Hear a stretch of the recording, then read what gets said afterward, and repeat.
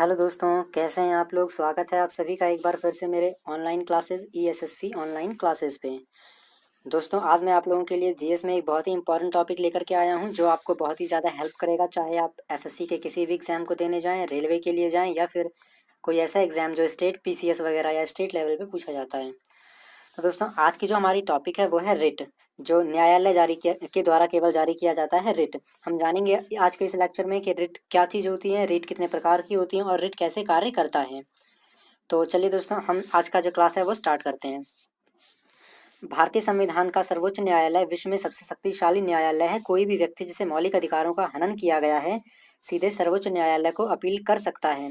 दोस्तों, बेसिकली जो ये हमारे संविधान में रिट जारी किया गया है, ये क्या होता है रिट। ये रिट एक प्रकार का आदेश या फिर पावर होता है जो हमारे देश में केवल और केवल सुप्रीम कोर्ट या फिर हाई कोर्ट ही जारी कर सकता है। तो जो सुप्रीम कोर्ट होता है वो आर्टिकल 32 के तहत, और जो हाई कोर्ट होता है वो आर्टिकल 260 226 226 के तहत जारी कर सकता है। जैसे कि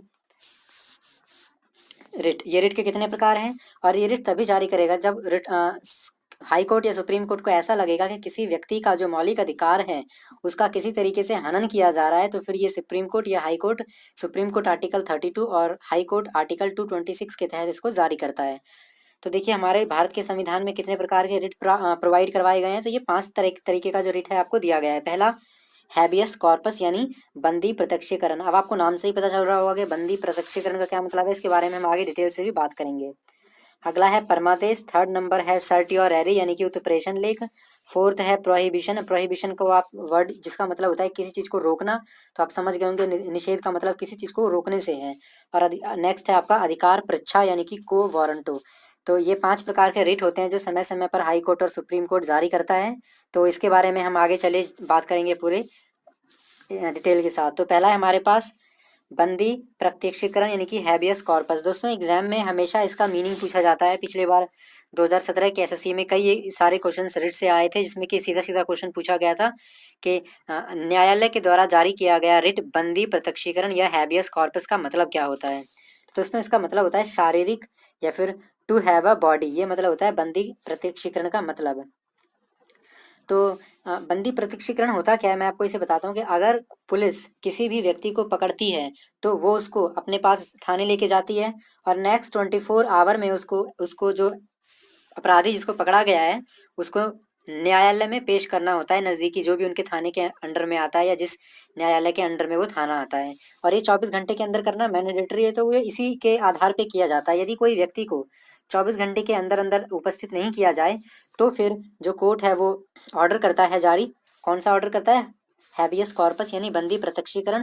और वो बताता है कि आपने जिसको हिरासत में लिया है उसे आपको अपने पास रखने का कोई अधिकार नहीं है, आप उसे जल्द से जल्द न्यायालय में पेश करें। आपने फिल्मों में भी देखा होगा कि 24 घंटे के अंदर पेश करने की बात की जाती है।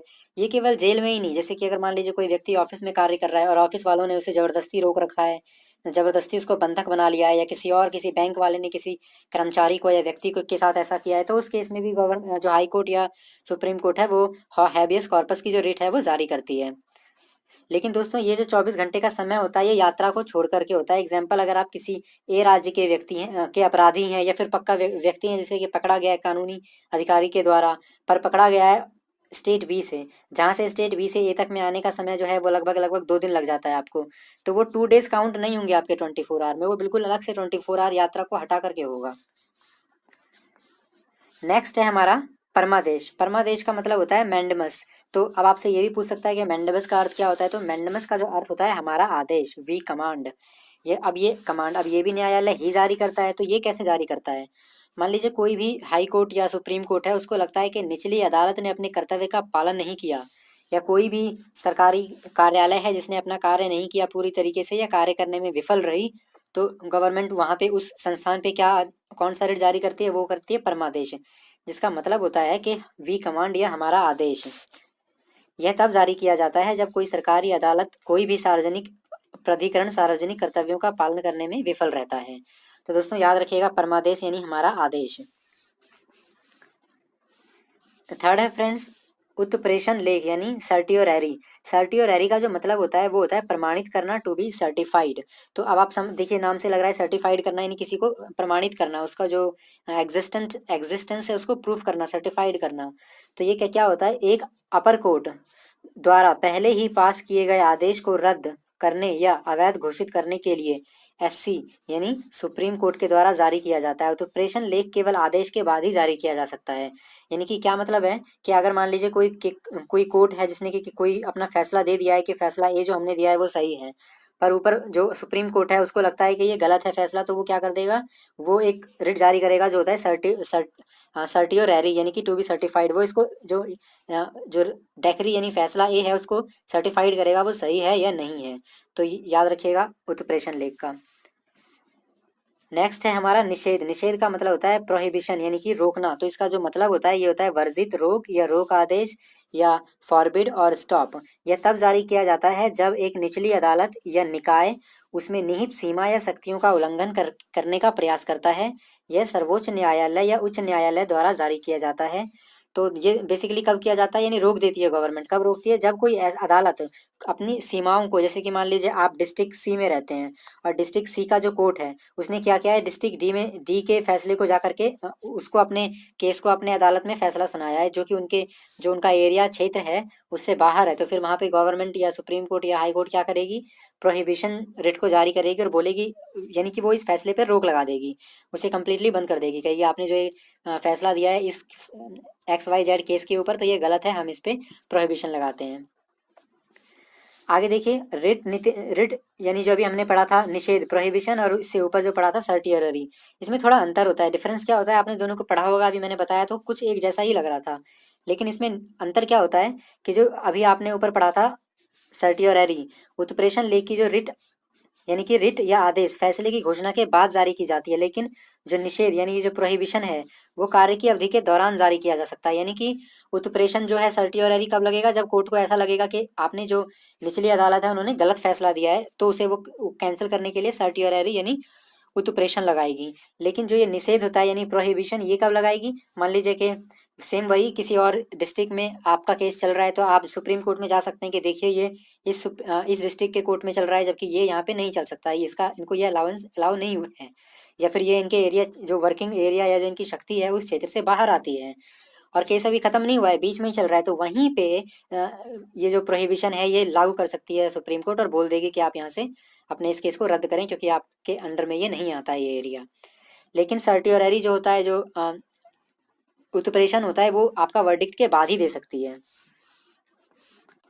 दोस्तों नेक्स्ट है हमारा अधिकार परीक्षा यानी क्वो वारंटो, जिसका मतलब होता है किस वारंट द्वारा या व्हाट इज योर अथॉरिटी, आपका अधिकार क्या है। तो इसका आप मतलब याद रखिएगा, एक तो किस वारंट के द्वारा, व्हाट इज योर अथॉरिटी, और ये भी होता है कि किस अधिकार के द्वारा। तो अब आपसे अथॉरिटी पूछा जा रहा है कि आपका अधिकार क्या है, यानी कि बेसिकली कोर्ट इसमें ये कहना चाहता है कि आपका अधिकार क्या है, आप किस अधिकार से यहाँ पे काम कर रहे हैं, आप बताइए और क्लियर करिए। यानी कि ये तब किया जाता है जब किसी व्यक्ति को सार्वजनिक कार्यालय जिन पर उनका अधिकार नहीं है, अधिकार रखने से रोकने के लिए किसी भी व्यक्ति द्वारा दर्ज किया जाता है। आपने कई बार ऐसे एग्जांपल्स देखे होंगे कि कोई बड़ी पोस्ट पे ऑफिसर होता है तो उनके जो फैमिली में कोई मेंबर होता है, उनका भाई या उनका लड़का, वो भी आकर के वहाँ पे अधिकार दिखाने जताना शुरू कर देता है। तो उसे रोकने के लिए जो रिट जारी किया जाता है वो है अधिकार परीक्षा। दोस्तों इससे पहले आपने सब सेकंड नंबर पे जो पढ़ा था वो था मैंडेमस। तो मैंडेमस में क्या लिखा हुआ था, मैंडेमस में लिखा हुआ था कि अगर कोई व्यक्ति या सरकारी व्यक्ति अपना कार्य नहीं करता है तो उनको मैंडेमस के जरिए आदेश दिया जाता है, वी कमांड, जिसका मतलब होता है परमादेश। हम आदेश देते हैं कि आप ने कार्य नहीं किया है, इसको करिए। लेकिन को वारंटो अधिकार परीक्षा में क्या होता है कि आप कोई भी कार्य कर रहे हैं पर वो गलत तरीके से, यानी कि आप उस आपके पास वो अथॉरिटी नहीं है कार्य करने की, आप फिर भी कर रहे हैं, तो फिर जो इसके लिए जारी किया जाता है वो किया जाता है वो वारंटो, कि आप किस अधिकार से कार्य कर रहे हैं अपना अधिकार बताइए। तो दोस्तों ये था हमारा रिट जिसे हमने खत्म किया। ये एग्जाम में बहुत ज़्यादा आता है, ये बहुत इंपॉर्टेंट है आपके लिए, तो इसे आप एक दो बार वीडियो देख लीजिएगा, आपको अच्छे से याद हो जाएगा। दोस्तों अगर आपको मेरा चैनल पसंद आया तो आप मेरे वीडियो को लाइक करें, चैनल सब्सक्राइब करें, हमारे साथ जुड़े रहें। और दोस्तों आज का वीडियो देखने के लिए आपका बहुत बहुत धन्यवाद।